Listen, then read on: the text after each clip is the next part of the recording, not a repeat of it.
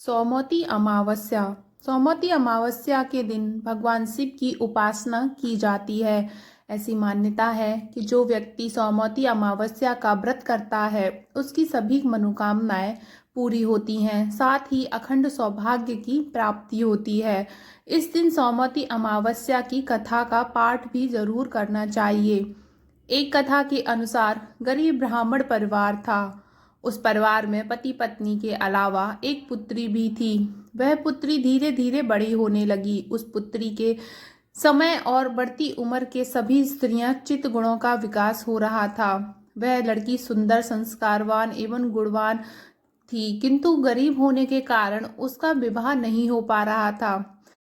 एक दिन ब्राह्मण के घर एक साधु महाराज पधारे। वो उस कन्या के सेवा भाव से काफी प्रसन्न हुए। कन्या को लंबी आयु का आशीर्वाद देते हुए साधु ने कहा, इस कन्या की हथेली में विवाह योग्य रेखा नहीं है। तब ब्राह्मण दंपत्ति ने साधु से उपाय पूछा कि कन्या ऐसा क्या करे कि उसके हाथ में विवाह योग्य बन जाए। साधु ने कुछ देर विचार करने के बाद अपनी अंतर्दृष्टि से ध्यान करके बताया कि कुछ दूरी पर एक गांव में सोना नाम की धोबिन जाति की एक महिला अपने बेटे और बहू के साथ रहती है, जो बहुत ही आचार विचार और संस्कार संपन्न तथा पति परायण है। यह कन्या उसकी सेवा करे तो वह महिला इसकी शादी में अपने मांग का सिंदूर लगा दे। उसके बाद इस कन्या का विवाह हो तो इस कन्या का वैधव्य मिट सकता है। साधु ने यह भी बताया कि वह महिला कहीं आती जाती नहीं है।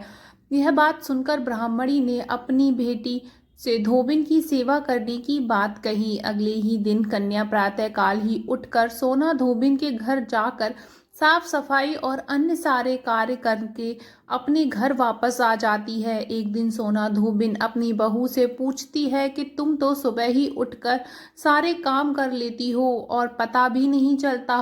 बहू ने कहा, माँ जी, मैंने तो सोचा कि आप सुबह ही उठकर सारे काम खुद ही खत्म कर लेती हैं। मैं तो देर से उठती हूँ। इस पर दोनों सास बहू निगरानी करने लगी कि कौन है जो सुबह ही घर का सारा काम करके चला जाता है। कई दिनों के बाद धोबिन ने देखा कि एक कन्या अंधेरे में घर में आती है और सारे काम करने के बाद चली जाती है। जब वह जाने लगी तो धोबिन ने इसके पैर पर गिर पड़ी। पूछने लगी कि आप कौन हो और इस तरह छुपकर मेरे घर की चाकरी क्यों कर रही हो। तब कन्या ने साधु द्वारा कही गई सारी बात बताई। सोना धोबिन पति परायण थी, उसमें तेज था। वह तैयार हो गई। सोना धोबिन के पति थोड़ा अस्वस्थ थे। उसने अपनी बहू से अपने लौट आने तक घर पर ही रहने को कहा। सोना धोबिन ने जैसे ही अपनी मांग का सिंदूर उस कन्या की मांग में लगाया, उसका पति मर गया। उसे इस बात का पता चल गया। वह घर से निर्जला ही चली थी, यह सोचकर कि रास्ते में कहीं पीपल का पेड़ मिलेगा तो उसे भवरी देकर उसकी परिक्रमा करके ही जल ग्रहण करेगी। उस दिन सौमती अमावस थी। ब्राह्मण के घर पर मिले पुए पकवान की जगह उसने ईंट के टुकड़ों से 108 बार भंवरी देकर 108 बार पीपल के पेड़ की परिक्रमा की और उसके बाद ही जल ग्रहण किया। ऐसा करते ही उसकी पति के मुर्दा शरीर में जान वापस आ गई। धोबिन का पति वापस जीवित हो उठा। यह स्टोरी अगर आपको अच्छी लगे तो चैनल को सब्सक्राइब जरूर